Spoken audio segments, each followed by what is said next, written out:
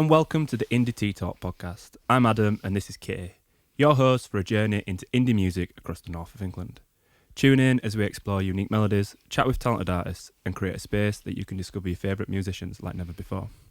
Also, if you're new to Indie Tea Talk, please show your support by hitting that subscribe button.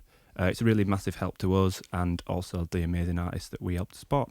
Today on Indie Tea Talk, we're joined by a truly inspirational band from the heart of East Yorkshire. Beth Pilling and the Bootleggers have taken the local music scene by storm, starting as an acoustic act and quickly moving to a full-fledged band. With influences ranging from indie rock to the personal narratives about life as a female performer, this band has already headlined stages, recorded multiple EPs and gained national radio play in just a short amount of time. So let's dive into the journey of Beth Pilling and the Bootleggers. Please welcome to the podcast, Beth and Aaron. Hi. Hello. Hello. You weren't sure if you could talk then, were you? No, I was looking for some kind of cue. Yeah. Yes, like the light comes on. Yeah. Over to you. Yeah. How are you doing? You all right? Good. Yeah, good. Yeah, good. Yeah. Good. You? How are you? Oh, I'm fine, thank you. Good. Good. That's good. Very nice, yeah. So Beth, we kind of touched upon the fact that you started as an acoustic artist, and then I guess this has kind of become a fully formed band now that we've had in today. What was the kind of turning point that made you want to transition from the solo act into a full band, and was it scary making the leap? Yeah. I mean, everything's scary, really. But, I think, I'd done solo for so long. And I think it was, I'd been at uni for, 2 years before it sort of came about and people were like, you should get a band. Yeah. But it was How long were you performing solo for? Oh, a good 5 years. 6 years, yeah. Mm-hmm. But, I didn't really start taking it seriously till third year. And then that's when I was, getting involved with promoters that I was interested in, the Sesh in Hull and stuff, and they were kind of like, you should have a band. And then Josh Darby, who was producing some work we were doing, he was like, you really need a band. And it was just this thing that kept popping up, and I was really against it because I hate collaborating. I find it really stressful. But it was it got to the point where it was just an organic step to take. That's nice though, yeah. It was scary though. So Mac from the Sesh, or Mark Page from the Sesh, is always saying to me whenever I perform, he's like, you need a band. Yeah. But it's true, isn't it? And you can play much bigger stages and expand a lot more if you've got a band. I'd gotten as far as I could get on my own, and it was right, I need something else now to really keep driving forward. Yeah. But it's been good. Yeah. Nice. So you met Aaron whilst at university, and the rest of the members kind of organically at gigs. Can you tell us about those early days of forming the band and how everyone came together? Yeah, so me and Aaron, we'd known each other for 3 years at the point, and I think it was at graduation that I asked you, wasn't it? We were in Trinity Market, and I was like, I need to go ask him if he'll be in my band, because Aaron played keys on the first draft of the album we did, and I was like, I need to ask him, but I know how busy he is, and I'm scared he's going to say no. And then you were like, I'll do it. I was like, yes. But excuse me, I actually lied. I did meet Elliot organically at gigs. I don't even remember when we met. It was so fluid, wasn't it? We'd just sort of seen each other about for ages, and then I think the band had been going at about 6 months when I asked Elliot to join. But it was just it was the same thing. It was I know how busy he is and how in demand he is. I was like, he's going to say no. He's going to say no. And you were like, yeah, I'll do it. I was like, yes. But I did lie about how I met everyone else, because I met Tom on Tinder. He saw on Facebook that I was looking for a bassist, and he was like, I'll play bass for you. We've just had our 2-year anniversary, so oh wow, it worked out all right. It was quite sweet. And I met George through Tom, because you guys have been in bands together for ages, haven't you? A decade, probably longer. It's been a while, but. Wow. Yeah, that's really good though. I mean, it helps with the with playing together, as you've already got that sort of built up relationship. Yeah. So you've just, is it your first full year as a band that you've just had with the current lineup? Yeah, first full year. I mean, you've accomplished so much in such a short time. But what do you think's been the most rewarding part of your journey so far? Obviously, you headlined Humber Street Sesh, which is massive for you. That was mad. That was cool. But yeah, what's your kind of biggest milestone so far? I would say definitely the Street Sesh. Yeah, that's still kind of hasn't even like really sank in that that's kind of what we did. It was like it's kind of come and gone as just like another gig, but then like when we kind of talk about it, it's like, oh, we did do that. We did that, and it was like that's kind of like a really like big thing. That, it's something I was working towards for since the band started, because that was. I was doing Street Sesh in like 2022. Yeah. And I was on Cube and Pete's stage at like, I don't know, like 3:00 in the afternoon. And I'd just never seen a crowd like it. It was absolutely mad. Wow. And I was like, right, I need a band and I need to headline this stage. And that's where we're going to start. It was like a very clear vision. So have that full circle moment. It was really weird. It was we played, we did a really good set at Trinity Live, didn't we?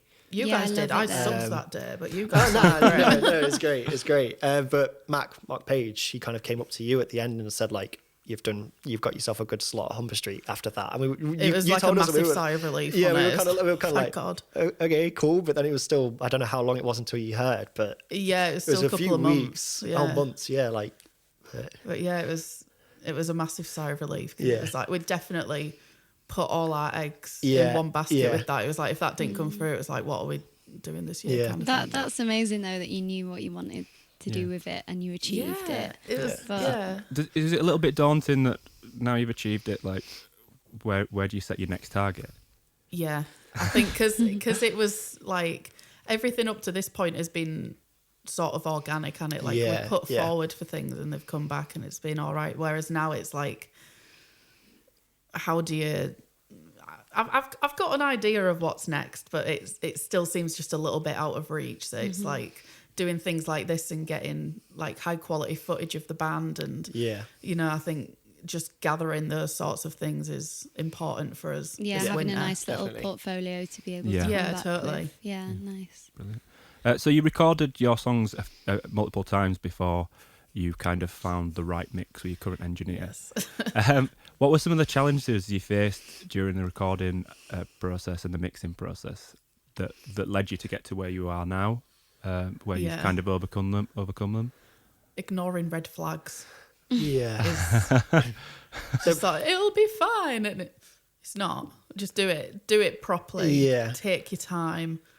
Like, know who you're working with. I feel I'm very lucky now that I've got this lineup of people who are like all genuinely passionate about the music, and like, we come every week and it's like, oh well, I've had this idea and I think we should do this and we should try that, and it's like that sort of, there was some people we had in the lineup before and it was definitely a chore for them, and like that gets you down as well. It's like, oh god, like I'm leading this project and no one wants to be here. It's like it almost feels like you're nagging them as well. Yeah. But and like we had I think was it the second time, so after like the first draft you kind of did in third year, we kind of we did another kind of recording of some of the songs, and the engineer was kind of like doing his own thing, and he wasn't like, we were suggesting stuff that we kind of wanted to do, and he was kind of like, no, we're going to kind of go this way, and like he was still good and he was still a nice guy, but it was kind of, he wasn't really listening. But it's like, I feel like when you're the artist, what you want for the song. Like it's very subjective. You should,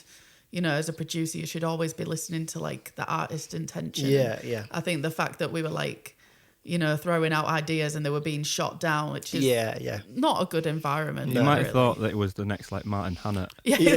Shut up and do as I say. Yeah, like I'm going to create a sound for you. It was a bit. I guess if you guys, it sounds like from the chats we've been having already today that you guys already have your own style of mixing and recording and stuff as well. And if you're knowledgeable about it, then you want someone that can provide the sound that you're kind of going for. Totally, so it's hard, isn't it, to find that right egg. Well, I think we've got the guy we're working with now, Charlie Holsworth. He's just been great, and like there's so much back and forth, and like the time and the care he's put into the songs, and he comes to all the shows and he sees what we're striving to like, he's sound personally like. invested. No, he really is. He really is, and like we're very lucky to get to work. I mean, with him. I'm good friends with him anyway. Like before he kind of came in as the producer, and he'll kind of be asking me like, "Oh, has Beth listened to the mixes yet?" kind of things. Like, have you spoke about the mixes yet and stuff like that, or like there'll be some times that we'll kind of be listening. We've listened to the mixes in rehearsal, and then like Charlie will be like, "Oh, did you talk about them?" We're like, "Yeah, we just kind of said this." So he's kind of always asking and always wanting to make sure fluid, that exactly. That sounds brilliant. Yeah. So now that your debut EP is finished, they're coming out in December, right? Friday 13th. Can you share some insights into kind of the creative process behind that, or what fans can expect from the EP before it's out? Yeah, I mean, these are all songs that have been previously released, but they're just a lot different now. Like, the sound's completely different. Like, Wait has been out 4 years, which is crazy, but like the way we play it now is so much more like rocky and like dynamic. It's just like, imagine the songs but better. Like, and it's evolved obviously with the lineup of the band. We were talking about this earlier outside, weren't we? That kind of we kind of all bring our own thing, and like when George joined, he kind of brought a lot of these like bigger guitar riffs and whatever that kind of fill out a lot of the space that we had. And like Wait, for example, like spoilers, but like the intro that George did is just really fat, and it's kind iconic. It's real good. So. But I think from listening to you as well, it's really good that you can all bring all these different ideas, but find the space to put them in. Because a lot of the time you can get just too much, you know. And it's overpowering, and you've got different components battling with different components, but it doesn't. You've worked that balance really well, and it just fits just really nice. So I think you've done a really good job there. I think it's like everyone's experience, because at this point I think we're all quite experienced, aren't we? Like, if we would have, well, for me anyway, if I would have started this project like 4 years ago, it would have been, you know, not as dynamic or like, you know, but I think everyone's quite experienced performers. So I feel like just in general, when you're performing, you don't want to be overplaying, and like I'm quite conscious of that because I did used to overplay a lot. So like I'm kind of always listening that I'm not playing too much, and kind of like you said, fit in the space, fit the gaps. And like Beth said, we all do it really well. So nice, good. Right, it's the key question. It's all about the tea. The tea. The tea. So, do you want me to get it? Yes, please. if your music or if your band was a flavour of tea, what would it be and why? It would be Yorkshire tea. It's back to front. This has happened twice. The grand reveal ruined. More people have brought Yorkshire tea. Other people have brought Yorkshire tea and also revealed it back to front, so you can see the back of the packet.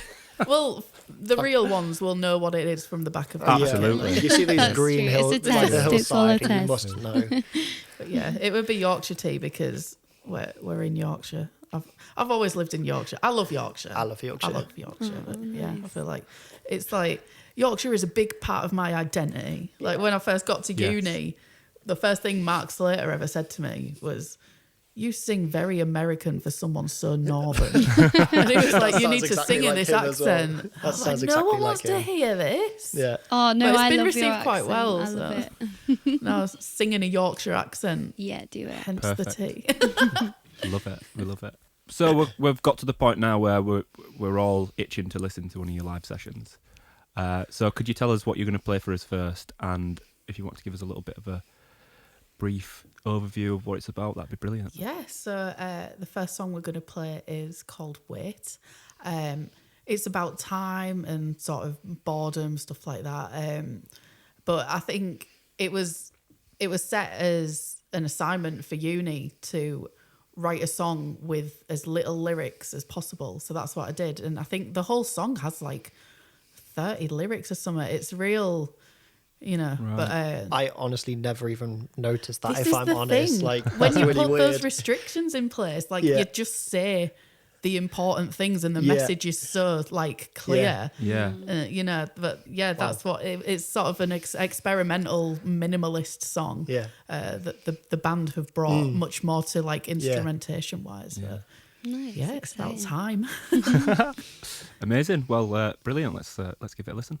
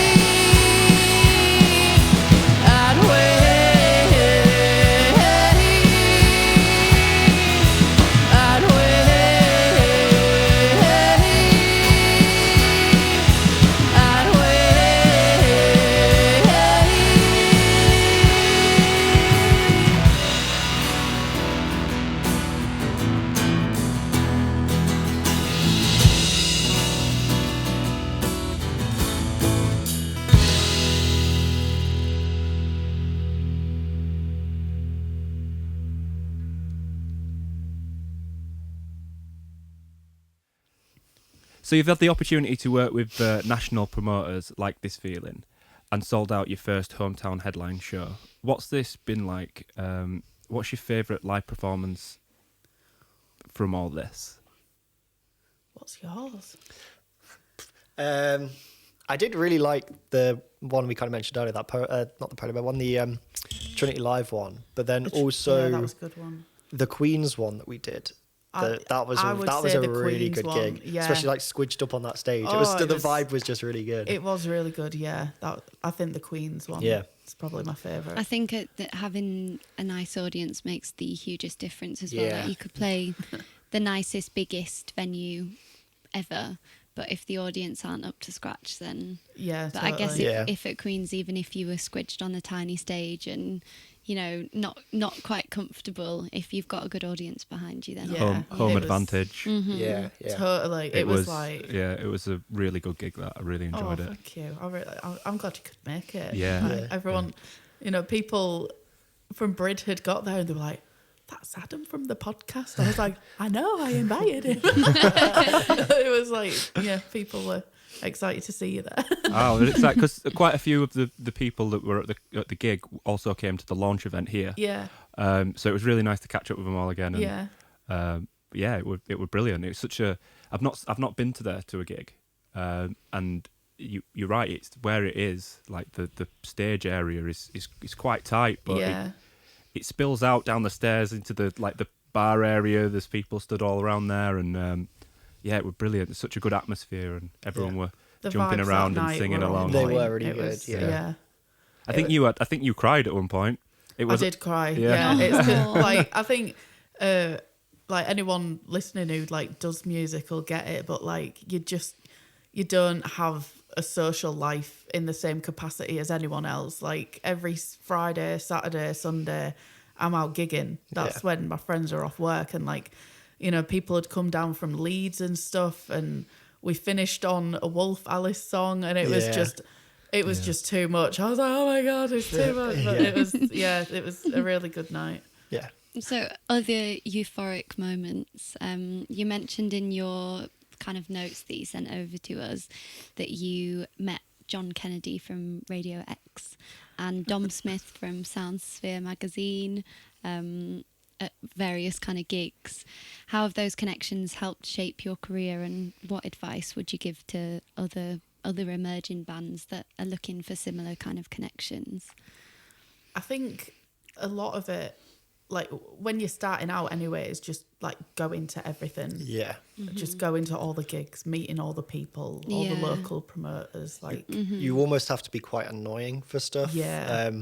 Because outside of this, I'm also a session player for a lot of other stuff, and you only kind of really get that work by making it known to people that is what you do. Putting yourself out you there. have to kind of be that annoying person that goes up and talks to everyone, and you do that really well with what we do as well. I'll just, excuse me. But I think it's just sort of being making a good impression and trying to be at the forefront of people's minds. I guess also it's similar to you were saying when you knew that you wanted to ask Aaron to play keys in the band, that you need to do it, and it is a horrible thing. It's terrifying, isn't it? Because you're giving someone your art and asking them to say yes or no. But I guess you're right. You've got to do it, so you might as well just poke people and be like, hey. I think doing stuff like that, I was very lucky in both those situations, because I met John Kennedy at a gig at the spa we'd done, and it was so organic. I feel like these are connections that you're so you really want to meet these people, but sort of having that organicness to it's you're a person, I'm a person, let's just have a chat. I've been very lucky that none of it's felt forced, and I met Dom Smith the next day, who's someone else I've been really interested in for a long time, and it was we did Feud Fest, and his band had played earlier on, and it was the same thing. It was just all so organic and pleasant, and I think it's important to remember that we're all just people. If you want to talk to someone, talk to someone. With Dom Smith, I didn't even realise who I'd spoken to. We were kind of talking outside, He introduced himself, spoke to him a bit. Yeah. And then later on, Beth was like, oh, that's the sounds for the guy. I was like, oh, Yeah. like, because I'd heard about him from so many different people in so many different like situations. And then I was like, oh, cool. But it was just a normal conversation, just kind of outside, socially, like chatting to different people after a gig. He kind of came up to say like he liked the set or whatever. So it was just a normal conversation that just happened. Yeah, and I guess if you're at the gigs and you're a parent at those kind of events, then you're bound to meet people that can help you along your way anyway, aren't you? You just got to go places and talk to people. And, you know, just keep it human. Like, I feel like when you're first starting out, it's like networking. Like, just go and have a chat. Just have a chat. It's fine. It's fine. So you mentioned that a lot of your songs address attitudes towards women, particularly Spinning and Lion. I love Lion. Yeah. Oh, it's great. It's really, one of my really favourite good. as well. Yeah. Can you tell us a little bit more about this sort of inspiration behind these tracks and your experiences as a female performer in and around East Yorkshire? Yeah, I think I wrote Spinning first, and that was from like... I wrote it when spiking was like everywhere in the UK, and it was a really bad time. Like, you couldn't... If you went to the bars, you were worried, and then it was like if you went to house parties, it was still the same concern because it was everywhere. It wasn't just happening in public. Like, it was really, really bad. Yeah, a few of my friends, even in Hull, at like super nice places, were spiked, and that's when it really hit home for me, where it's like, it's places like bars you trust to be in. It can happen anywhere, and like I think sometimes it does, but a lot of the time it doesn't reflect on the bar or the owners. It's something that happens, and it's really terrible. But I wrote Spinning about that, like, almost frat boy attitude towards women of like, I'll just do this and nothing will happen, because that's how it is. Like, these things happen, and a lot of the time nothing ever comes of it.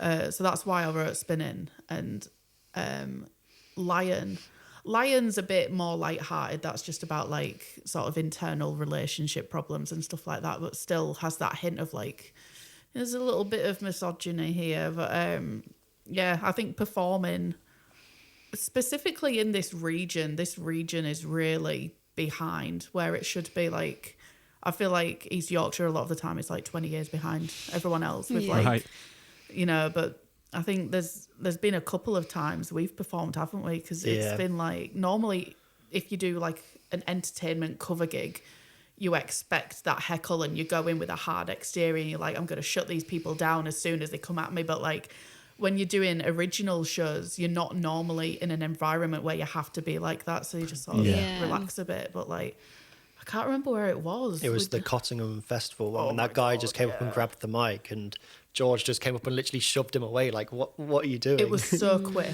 I looked down, I looked up, and it had happened. I was like, what the hell happened? Yeah. I feel like there was another time as well where I've been like bothered on stage with the band. It was the first gig, our first headline gig somewhere in Brid. I don't want to name the bar because it never reflects on the bar. It's just people. Yeah. But it was our first headline gig, and someone made a joke outside, and it was just like so unfunny and inappropriate. And it was just like, oh my God, why are you here? You haven't paid for a ticket. And I think that's another thing as well. Like, everyone sort of protects each other in these little communities of like things that aren't okay, and like people get into gigs and stuff, and it's like, why are you here? You're and not also like passionate about this. Like what where's the fun in it? Like for real. Like who is it who's enjoying this interaction? I just kind of wish he'd go away. Well, hats off to you for, if that was your first headline gig, hats off to you for sticking it through, and then having nice, brilliant, good on even you. better. Yeah, I like that. That's like a lot of the thing. You just have to point at them and say, this person said this, and then it's accountability. In a lot of these small towns, there's no accountability. Things are said and they just sort of fizzle into air, and it's like, this wouldn't happen in Hull. Hull, everyone holds each other accountable, and it's but a lot of these small towns don't really have that approach. So you've been described as a bus stop band. Yeah. Right.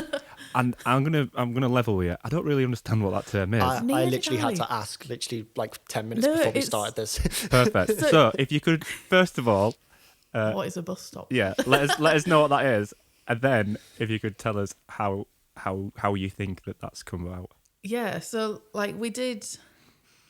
It was after Feud Fest. No, it was after Street Sesh. Yeah. And our friend Josh was there, and Josh has seen everything from the beginning to where we are now. Like, this is the Josh we were on about earlier, who was telling Beth that she needs to start the band. Yeah. But he came up to us after Street Sesh and he was like, "You're a proper bus stop band." I was like, I thought that meant like, you know, you'd expect to see us playing at a bus stop, like, no, like no elevator music, but for buses.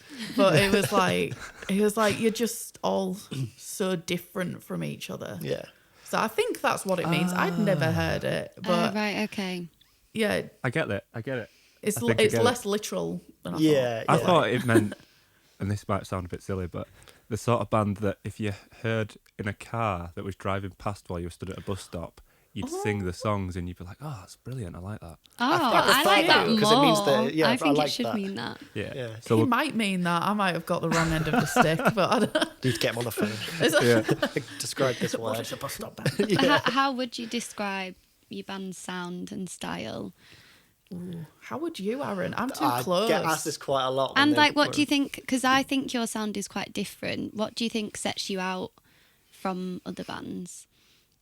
Definitely the people. I do get asked this quite a lot when I say that, like, I'm playing an originals band this week, and they're like, "Oh, what kind of style it is?" And I'm like, kind of my like least favourite folky, question. Rocky, kind of like Jazzy. Yeah, like I think. Bus stop style. Kind of, you said the people, bus stop style, yeah. You kind of said it's the people. Like I mentioned earlier, when George came in with all these like nice big guitar riffs, that kind of brought another element that we kind of managed to fit in. I bring a lot of like the jazz stuff from it because I noticed when you were warming up all the jazzy stuff. Yeah, I was like, that's a nice element. And it's kind of like we all bring our own thing and then make it work in rehearsals and whatever and get it to fit together. So nice. Yeah, I guess if you've all come from quite different backgrounds in music, then it makes a nice kind of fusion. Yeah, I think 100%. that's what it is. That's what sets you out. Yeah. Cool. So we've already mentioned. I think my tongue's attached to something else. So we've already mentioned that you'll be releasing your EP on December the 13th. Yes. So what are some of your goals for next year? You kind of tempted us with a little bit of it earlier. Yeah, can you tell us much, or? I don't want to say too much because if it all falls through, it's very embarrassing. I don't know. I think with doing the Street Sesh thing this year, like I think I would love to do bigger festivals next year. That's like where I'm looking. Yeah. But yeah, just sort of doing bigger shows, maybe get some nice support slots with, you know, I just want to meet bands that are like similar to us and, you know, have that connection and maybe do like a mini tour or something like that. But brilliant. Yeah. Amazing. I feel like doing like a mini tour of like the North would be cool, but it's not something like we've not really like thought about logistically at all. Oh, but guys, like, please come play in York. I'd love I'd love to do York. I really want to play Fulford Arms. Fulford is so lovely. Is it? And the sound engineer there played guitar on my EP and he is a genius. Really? So if you guys get booked there, message me the date and I'll message him and be like, you have to do the sound. Yeah. Nice, good. Oh, sweet. So it's time for your second live session. Do you want to give us a little bit of an introduction to it? Yeah. So this song is called Spinning, and it basically covers a lot of what we've talked about, like the frat boy attitudes towards women and like, you know, just generally outdated attitudes and stuff like that and calling it out and bringing it to light. Brilliant. Nice. Thank you very much. Thank you.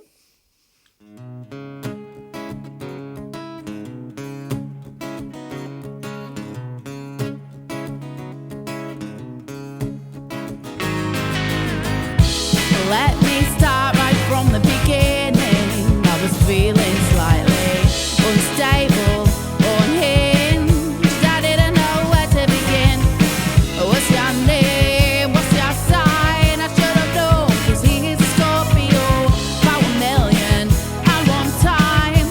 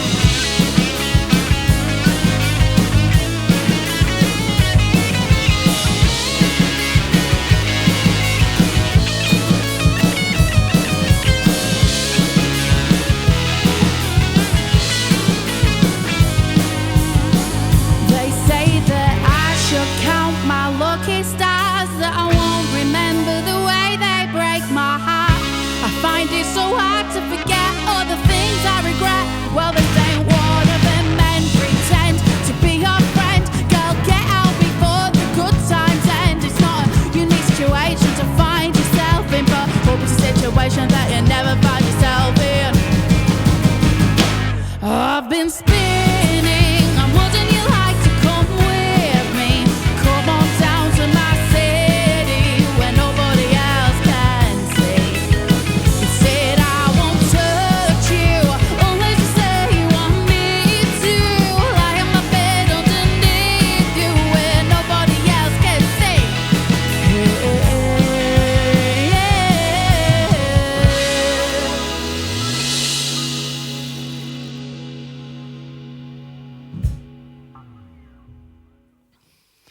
So this is perhaps one of my favourite questions that I've written so far.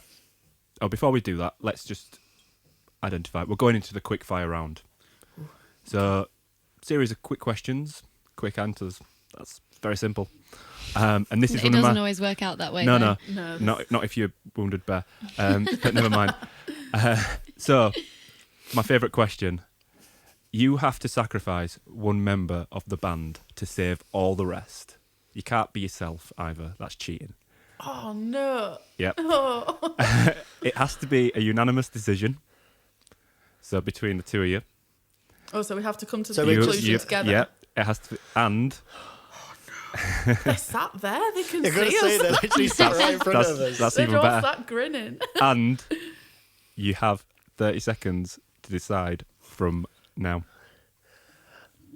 We sit in How? silence until the last Yeah. second, and then hopefully both say the same name. I don't like. Oh yeah, should we do a 3, 2, 1? Yeah. Yeah, Are you ready? that's- yeah. 3. No, Right now? no. Yeah. Oh my god! It was I about don't 30 know. I honestly seconds. don't 2. know. I don't like any of them. Just get rid of all of them. Go. Go. I don't know. I don't know. Oh, I come can't on, this answer is it. cheating. Elliot. Elliot, because Aaron said it first. Oh, Please I'm don't sorry, leave. Elliot. Elliot, I love you. Okay, let's lighten the mood. If you could headline any festival in the world, what would it be and why? Ooh. I mean, I want to do large scale festivals, but I'd probably never go to one unless we were playing. Yeah. So like, I'm not a big Bloodfest festival probably. person, so No. I think Bloodfest, because I like that it's like cheap and accessible to Yeah. everyone. perfect. What's your go-to comfort food after a long day recording or performing? Chinese. pizza, Chinese, pizza. Pizza. Massive Chinese. fat pepperoni pizza. I think we're going to have pizza after we've finished Yeah. this. Yeah. Yeah. Oven's Pizza, preheating. It's ready to go. Tasty. So, what's the most unusual or unexpected place you've found inspiration for a song? Ooh. It's a bit of an hard one, that, for a quick fire. Pub. Pub. That was a good quick Probably fire pub. answer. Mine's always just before I'm about to go to sleep. Like if I've Really? got one of Yeah, the I'm songs like in my that. head, and like say we've just had a rehearsal, I've got something in my head, I'll be going round, and then something will just like come to me, and I'm like, cool, I've now got to go play this so that I can see if it sounds okay. Yeah. like, And then Yeah. before you know it, it's 3 a.m. yeah. Yeah. Perfect. Well, that kind of brings us to the end of the podcast. So, just before we sign off, do you want to give us a little bit of a? Oh my God! I don't Why? know. I don't know. Do you want to give us a little A bit little of a? bit of a, Hey. Do you wanna share- dance. Do you want to do a tap dance? Yeah, tap dance, please. Would you like to share with us where we can find your music? That's what I was trying to say. You can find my music on Spotify, Apple Music, SoundCloud. It's all my solo stuff that's out at the moment. Apart from on Bandcamp, the first drafts of the album are on Bandcamp. So if you want to hear, you can't really get it anywhere. That's on Bandcamp. But we'll be releasing our debut EP on Friday, the 13th of December. So keep an eye out. And on is it all socials. under Beth Pilling and the Bootleggers? Yeah, that's all going to be under Beth Pilling and the Bootleggers. Nice. And there's stuff out at the moment just under Beth Pilling. Perfect. Exciting. Where can we find your social media presence? Pretty much everywhere, I think. Instagram, Facebook. I'm on Twitter if you want to hear all my weird thoughts. But yeah, Instagram's probably the best place. Yeah. to And is catch it us. just Beth Pilling and the Bootleggers. Yep, Beth Pilling and the Bootleggers. Easy peasy. Easy peasy. Brilliant. Well, thank you very much. Thank you. Thank you. Don't forget to subscribe and follow all of Beth Pilling and the Bootleggers' social medias. And if you could be very kind to subscribe and follow ours as well, that'd be brilliant. And that kind of wraps up another episode of Indie Tea Talk. So I'd just like to give you a big thanks. Thanks, Thank guys. you. Thanks for you. Coming in. It's been lovely. We've really enjoyed it. It's been great. Been the first fully fledged band as well. Hell so yeah. You blessed us. yeah. with the first. So that's been an interesting morning. We have run wildly over time. Big but- setup. Pizza time. But yeah, now it's pizza time, so everyone's going to be fine and just forget Banging. about it. Thanks, guys. Thank So you so brilliant. much. Thank Until you. next time, thank you very much. Awesome. See ya. See you soon.